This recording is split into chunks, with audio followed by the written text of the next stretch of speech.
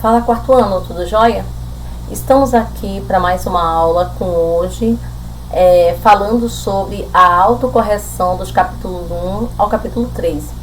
Na nossa última aula, na sala de aula, lembrem que nós trabalhamos o capítulo 1 do Big Bang, a extinção do dinossauro, trabalhamos a história do dinossauro, vimos um documentário em 3 aulas falando sobre esse assunto, e aí depois nós trabalhamos as páginas 16 até a 20, né? E em seguida nós trabalhamos aqui o restante do capítulo 1, capítulo 2 e fomos até o capítulo 3, né? Que ele foi abrangente na última aula até a página 46.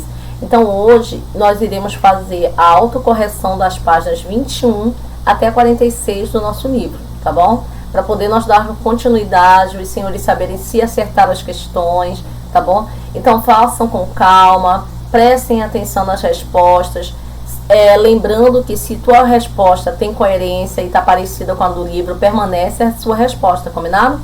Então vamos lá? Abram o livro de vocês na página 22, por favor, né? Ainda está se referindo a esse capítulo aqui. Tá, eu vou colocar a minha aqui, vocês coloquem a de vocês aí também, vamos lá, beleza. Então na página 21 vocês fizeram, né, deixa eu dar um zoom aqui para melhorar a visualização aí para vocês na tela, perfeito, vamos lá? Então na última aula nós fizemos, com base nas evidências dos fósseis, que vocês fizeram até pesquisa no laboratório, lembra? Fizeram atividade de dupla? Nós encontramos a imagem dos dinossauros. E aí você tinha que ligar o nome, a altura e o tipo de alimentação. Então vocês viram que o Tiranossauro Rex, ele tem 6 metros de altura. O tipo de alimentação dele é carnívora. O Velociraptor, ele tem 1 metro. E o tipo de alimentação dele também é carnívora. O Oviraptor tem 1 metro e é onívora. Né? O Branquiosauro, ele tem 15 metros e é herbívoro, a alimentação dele. O Estegossauro, 4 metros de altura e é herbívora. O Pterodáctilo, ele mede 30 metros e ele tem uma alimentação carnívora. Show até aí? Vamos dar continuidade? Então, dando prosseguimento, nós falamos um pouco sobre a importância das ciências e dos cientistas. Vocês viram isso aí com a tia Gil, né? E um pouco com a professora Alcirene. Nós vimos lá que a importância da ciência e dos cientistas para a história, ela é bem relevante, né? Porque eles permitiram que nós chegássemos a algumas definições, né? Sem eles a gente não poderia chegar a algumas conclusões, a algumas coisas que nós podemos vir a ter descoberto, né? E a ciência, ela envolve várias áreas do conhecimento, como vocês viram, né? Além da parte de física, química, biologia e matemática, outras áreas como a história, a geografia, a língua portuguesa, enfim, né? Nós vimos a história de algumas pessoas e cientistas que atuam nessa área, né? Como o Stephen Hawking, de física teórica e cosmológica, Cecília Pauli, da astronomia e astrofísica. Carl Sagan trabalhava com a física, biologia e astronomia.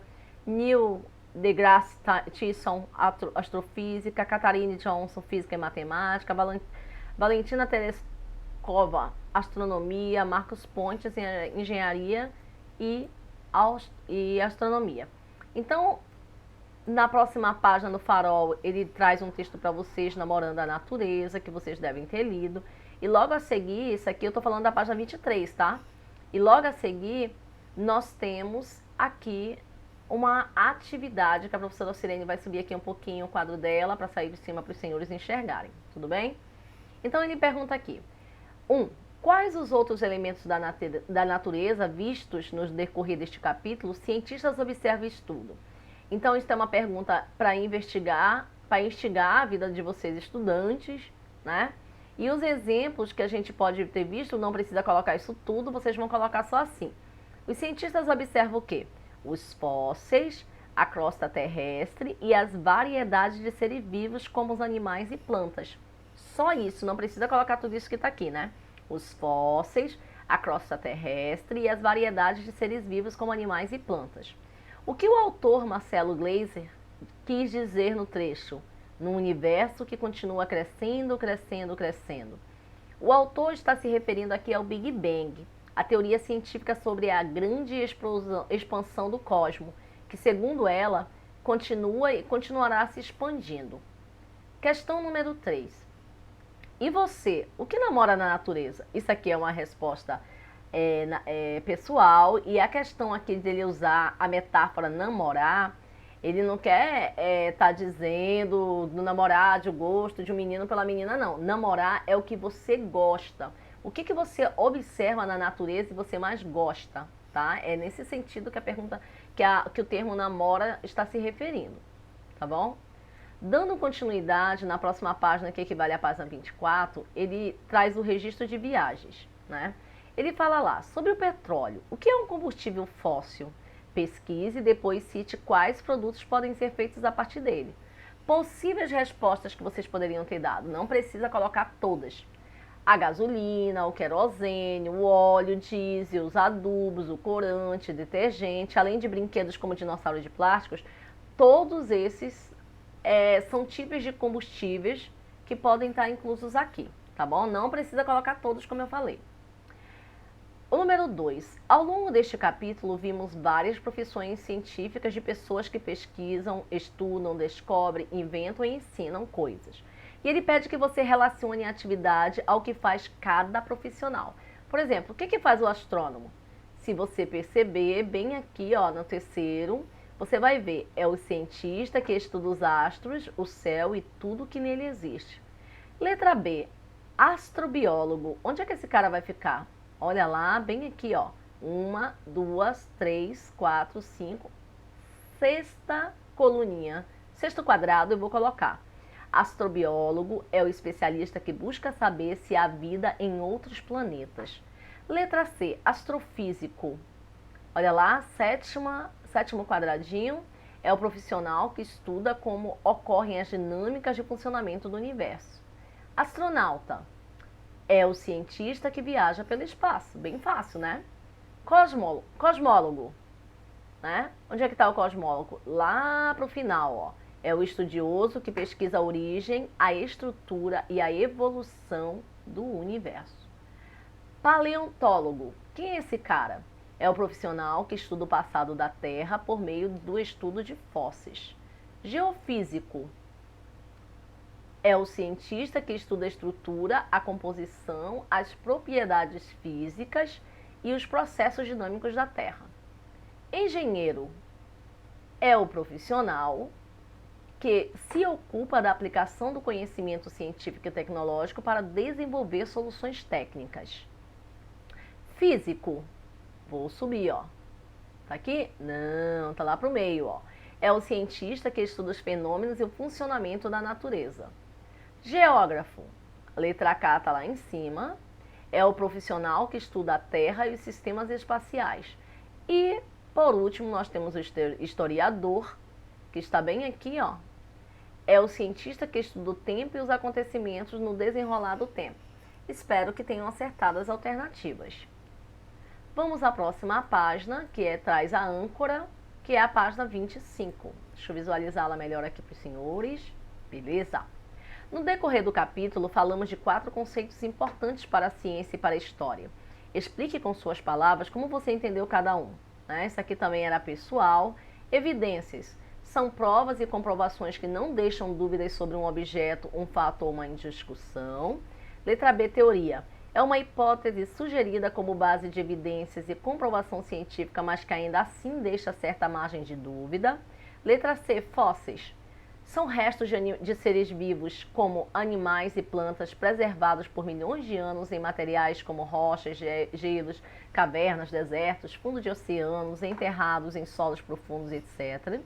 Número 2. Das teorias científicas que estudamos, indique quais são as mais aceitas pela comunidade científica. Letra A. Sobre o surgimento do universo. Nós temos a teoria do Big Bang. Letra B. Sobre o desaparecimento dos dinossauros. A teoria do meteoro. Número 3. Segundo o que você leu e estudou, quais são os animais considerados verdadeiros fósseis vivos nos dias de hoje? vocês vão encontrar, se pesquisaram, tubarão-duende, límulo, tuatara, náutilo, equidna, ornitorrinco, águas-vivas, esponjas e baratas. Quais são os instrumentos mais utilizados para observar o céu fora do planeta? Telescópios, observatórios cósmicos, satélites e sondas. Quinto, qual cientista mencionado nesse capítulo você já havia ouvido falar ou já havia visto na televisão? Isso aqui é uma pergunta pessoal, né? Pode dizer, eu vi o Marcos, que é o cientista da NASA. Isso aí é pessoal. Aí, nessa página 25, nós fechamos o capítulo 1 e vamos para o capítulo 2, que fala sobre o surgimento e o desenvolvimento da humanidade. Né? Uma pequena figura, interpretação dessa imagem que vocês já fizeram. Né? Na próxima página, nós temos o que dizem os mitos. Né? Também é uma leitura bem vasta, que eu tenho certeza que os senhores já fizeram. Aqui nós temos a ampliação da leitura, mais um pouquinho, mas você sabe o que é mito? Ele vem perguntando, né, e dando explicações. E aí nós temos o farol. O farol pedia que vocês lessem o que conta a história mitológica afro-brasileira e depois vocês iam responder as perguntas que estão na página 30, né? De que se trata essa história mitológica? Né? Se você observar, essa história mitológica está falando da criação do ser humano, que segundo o mito veio do barro. Tá? Número 3. Oxalá e Olorum são orixás. Os orixás são os deuses de povos africanos chamados Iorubas. Eles são forças da natureza e podem estar associados a elementos como a água, fogo, ar ou terra. Pesquise a quais elementos da natureza Oxalá e Olorum estão associados e escreva-os aqui. Então, Oxalá está relacionado ao ar. Olorum é Deus no dialeto africano e criou os 4 elementos, a água, o fogo e a terra. Quarta questão que os senhores teriam que pesquisar e anotar no caderno. Mais 3 orixás da cultura brasileira e indique quais os elementos da natureza estão associados. Possíveis respostas que os senhores podem ter encontrado. Exu, fogo e terra. Orgum, terra. Oxis, terra. Logum Éder, água e terra. Ossain, terra. Oxumaré, água. Omulu, terra. Iroko, terra. Xangô, fogo. Obá, água. Iaçã, água. Ai, fogo. Oxum, água. Nanã, água e terra. Euá, água. Iemanjá, água. E Oxaguian, ar. Né? Esses nomes estrambólicos aí, que nós estamos vendo aí desses orixás. E aí segue o que diz a ciência, que traz um pequeno texto ainda para vocês complementando esse assunto. Na próxima página, ela dá continuidade com textos, né, falando dos grandes cientistas e pesquisadores. Tá bom? Nós também já fizemos essa leitura. Ela pergunta na próxima página o que diz a teoria da evolução. Os senhores também já fizeram a avaliação. E aqui tem umas questões para serem respondidas. Pesquisa e escreva a seguir o que 2 das ciências citadas no texto estudam. Né? Então, vocês iam ter que verificar as áreas por afinidade aqui. Ó. O que a biologia estuda? O que a geologia? A paleontologia, genética? E vocês iriam ter que colocar aqui. Tá? Nessa questão 1, é uma questão muito fácil. E aí é só mesmo fazer essa pesquisa. A número 2, explica como você entendeu a teoria da evolução natural das espécies. Também é uma pergunta pessoal, tá bom? Então, vocês iriam responder essa página 33. Dando continuidade, os seres vivos adaptam e transformam-se. Né? Nós estudamos aí sobre os fósseis vivos. Né? Aí vocês tinham que fazer uma pesquisa dos animais que estão em risco de extinção para buscar e verificar onde estão ameaçados, né? Era para responder lá no caderno isso aí. Trabalhamos o aparecimento do Homo sapiens, né? Também um texto lá falando sobre esses camaradazinhos. A evolução deles, né? Que nós temos aqui, a evolução dos primatas. Aí vocês tinham a parte do sonar, que é a página 37, né? Ele pede que vocês, por associação, com a ajuda do professor, preencham os espaços sobre a classificação dos animais. Aí aqui nós temos espécie, gênero, família, ordem, classe, filo e reino. Eu também já respondi isso lá na aula passada, mas eu vou voltar aqui e vocês iriam completar. O Homo, ele pertence ao Feres, né? E as cones, a família de Canídeo. O primata é da ordem dos primatas, o Homo sapiens, né? Os peliscatuns, eles eram mamíferos. O filo teria coluna vertebral. O gorila, o filo dele é coluna vertebral e ele é um animal. E o Canis lupus era um mamífero, tá? Então, esse aí era o quadro que vocês deveriam ter completado, que eu espero que tenham feito, hein? O capítulo 2 ainda fala sobre os dinossauros e seres humanos, né? Esses camaradas.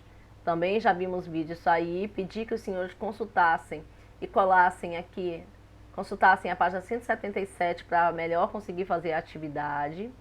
Depois nós vimos como foi possível o desenvolvimento do ser humano, né? Lá na página 39 tinha uma questão para ser respondida.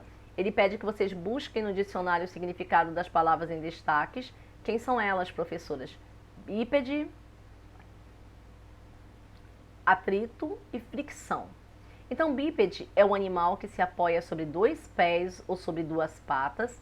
Atrito é a força que atua quando dois corpos entram em contato, como ele está fazendo aqui, ó, no fogo. E fricção é a força que atua sempre que dois corpos se esfregam no outro. Olha lá, ó. É o que ele está fazendo. Né? Um pau no outro. Se eu pegar um pedaço de galho e fazer no outro, eu estou ocorrendo uma fricção. A página 40, ela vem falar da ciência para compreender o mito. Vocês iriam ter que fazer a leitura, né? E aí tinha a âncora para ser respondida. Com base no que você estudou neste capítulo, escreva o que você entendeu sobre o mito e ciência. Depois que você fizer a breve leitura lá, que não precisa ser uma única vez, você pode ler uma, duas, três para poder responder, você vai colocar aqui. A número 2 pede quem foram os outros dois naturalistas que contribuíram para que Darwin desenvolvesse a teoria da evolução das espécies. Eles foram Jean-Baptiste de Lamarck e Alfred Russel Wallace, tá? Eram esses dois para serem marcados. Aqui, sobre as fases da evolução do ser humano no decorrer de uma vida, identifique os estágios da vida de Darwin utilizando as seguintes classificações. A, infância. B, juventude. C, vida adulta. D, velhice. A primeira foto está se referindo à vida adulta de Darwin, tá? A segunda imagem está falando da juventude. A próxima imagem está falando da infância e a última fala da velhice. Então, bem facinho, né? Com isso aí, a gente fecha o capítulo 2, tá bom? E aí a gente segue para o capítulo 3, tá? O qual nós demos começo na aula passada, que ele está falando sobre o nomadismo, vejam aí, né? Ele está falando sobre o nomadismo.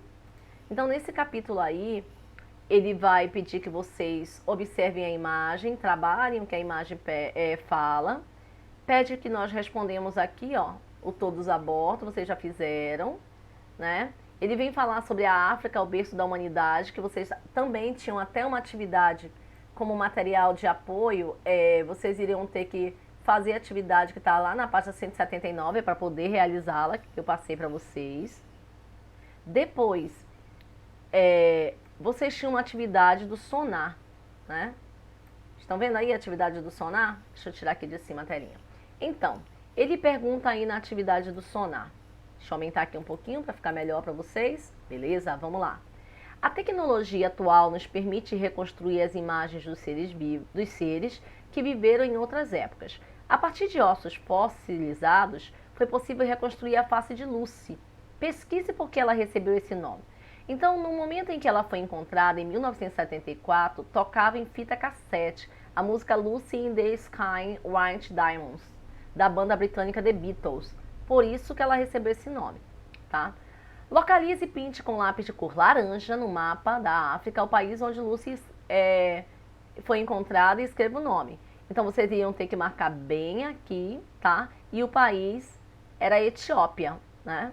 Então, perceba que ele está mostrando aqui, ó, azul e vermelho, marrom e verde. Os locais que os senhores iriam ter que pintar, mas ele só está pedindo a cor laranja. Então, é bem aqui que os senhores vão pintar.